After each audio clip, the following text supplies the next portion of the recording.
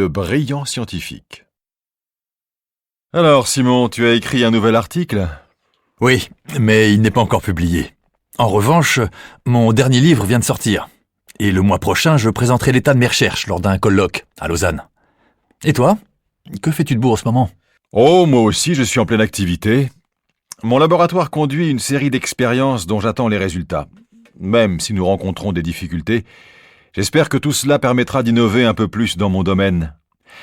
Au fait, sais-tu que mon fils a été reçu à Polytechnique ? Ah, c'est de famille. Si le papa sort de Centrale, le fils fera Polytechnique et la fille, les mines. Ouais.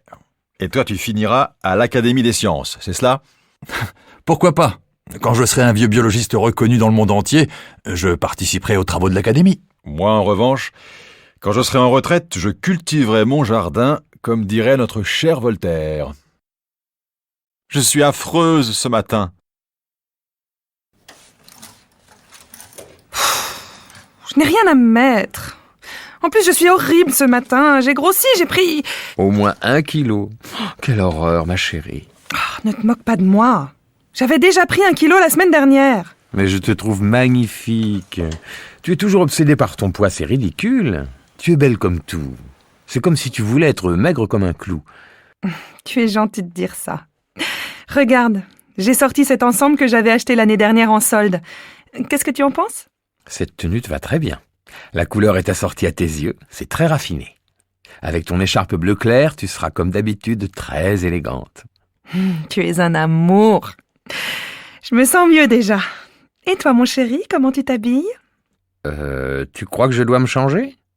Oui. La dernière fois, tu t'étais mis en pantalon noir. Ça t'allait très bien. Bon, d'accord.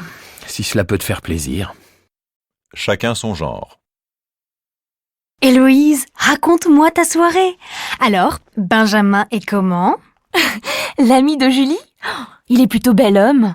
Il est brun, de taille moyenne, les yeux noisettes, pas mal de charme. Quel âge il a ? Je ne sais pas. Il a une 30aine d'années peut-être, mais il fait un peu plus jeune que son âge. En tout cas, il ne ressemble pas du tout à son frère, ni physiquement, ni psychologiquement. C'est vrai que tu avais rencontré son frère Thomas dans une soirée, je m'en souviens. Thomas, lui, est plutôt du genre excentrique. Une fois, il était venu à un dîner coiffé d'un grand chapeau à plumes. Et Julie ? Tu la connais, elle n'a pas changé.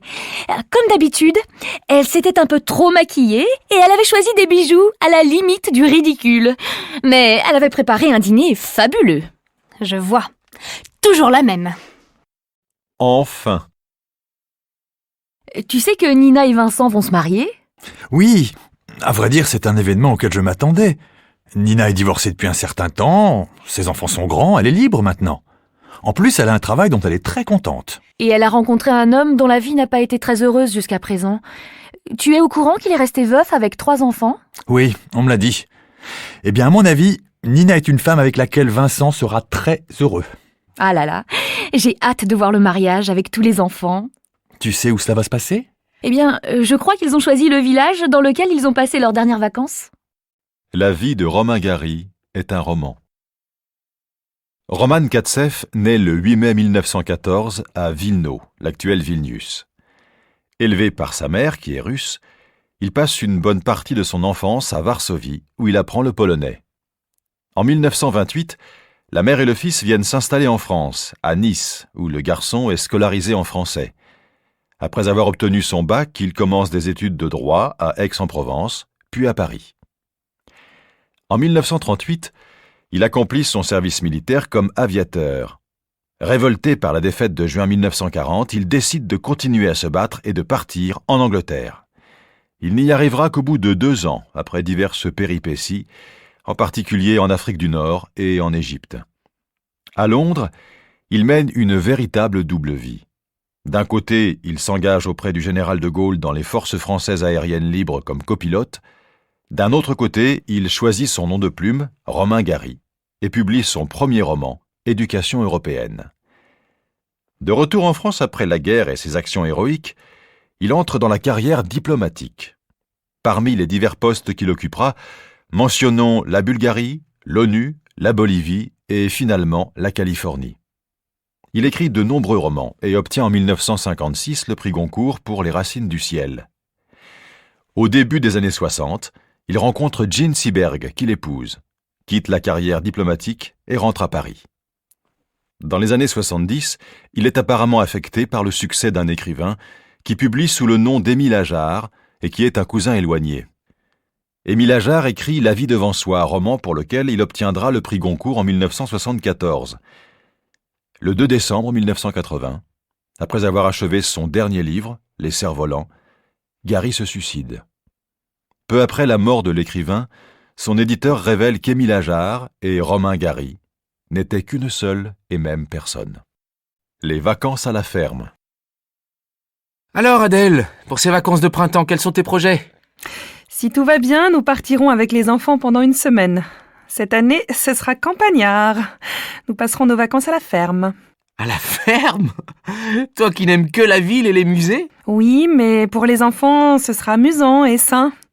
Ils pourront participer aux travaux de la ferme, ils verront les vaches, ils boiront du lait tout chaud, ils s'amuseront avec les canards, ils donneront à manger aux lapins.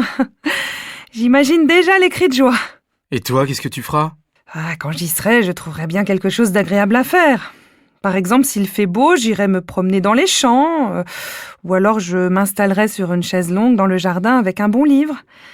Dans la description de la ferme, j'ai vu qu'il y avait toutes sortes d'arbres fruitiers. Au printemps, j'imagine que tous seront en fleurs, ce sera magnifique. Et si tu t'ennuies trop ? Je passerai ma vie au téléphone. Non, je plaisante. Après tout, cela ne durera qu'une semaine, ce ne sera pas trop long, même si je suis plutôt citadine. Bio ou pas bio ? L'agriculture biologique s'est bien développée en France, non ? Oui, mais moins que chez toi en Suisse ou qu'en Autriche. Il est vrai que chez nous, les gens apprécient particulièrement les produits bio. Quand tu vas dans un supermarché, tu trouves toujours énormément de choix. Ici aussi, ça se développe, mais je crois que la France est encore en retard par rapport aux autres pays européens. À vrai dire, je ne sais pas pourquoi. Quand je parle à des amis, ils me disent tous qu'ils achètent des fruits ou des légumes bio. Les Français en consomment peut-être plus par gourmandise que par conviction politique. Connaissant mes compatriotes, je pense que c'est le cas. Si on préparait un bon dessert. Si je préparais un dessert pour ce soir. Ah oui, bonne idée. Tu ne pourrais pas faire une tarte aux pommes ? Oui, j'y pensais justement. Tu aurais de la pâte d'amande par hasard ? Il m'en faudrait un peu pour réaliser une tarte normande à ma façon. Ah non, je n'en ai pas. Mais on pourrait faire une tarte tatin à la place. D'accord, je vais chercher tout ce qu'il nous faut. Si tu avais un moule en porcelaine, ce serait mieux, mais tant pis. On se contentera de celui en métal. Tu es sûre que le four marche bien ? On dirait que ça ne cuit pas bien.